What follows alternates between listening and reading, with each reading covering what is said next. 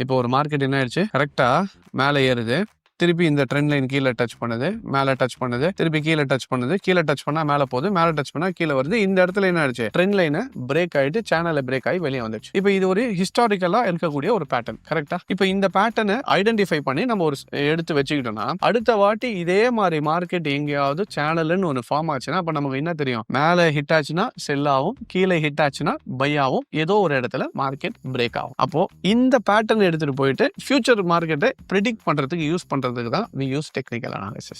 அதுல one of the இதுதான் trend line. இப்போ அதே மாதிரி இப்போ நெக்ஸ்ட் எடுத்துக்கோங்க. இது வந்து பாத்தீங்கன்னா 2023 பிப்ரவரியில வந்த ஒரு ஹை. கரெக்ட்டுங்களா? இப்போ இந்த ஹையை பார்த்துக்கோங்க. 2023ல இந்த இடத்துல மார்க்கெட் வந்துட்டு இந்த ஹையை பிரேக் பண்ண முடியாம போயிட்டு திருப்பி என்ன ஆயிடுச்சு, மார்க்கெட்டு கீழே வந்துச்சு. இப்போ நான் என்ன பண்றேன், இங்க ட்ரெண்ட் லைன் பார்த்துட்டோம்ல, இப்போ அடுத்தது இங்க உள்ள போனீங்கன்னா ஹாரிசான்டல் லைன்னு இருக்கு.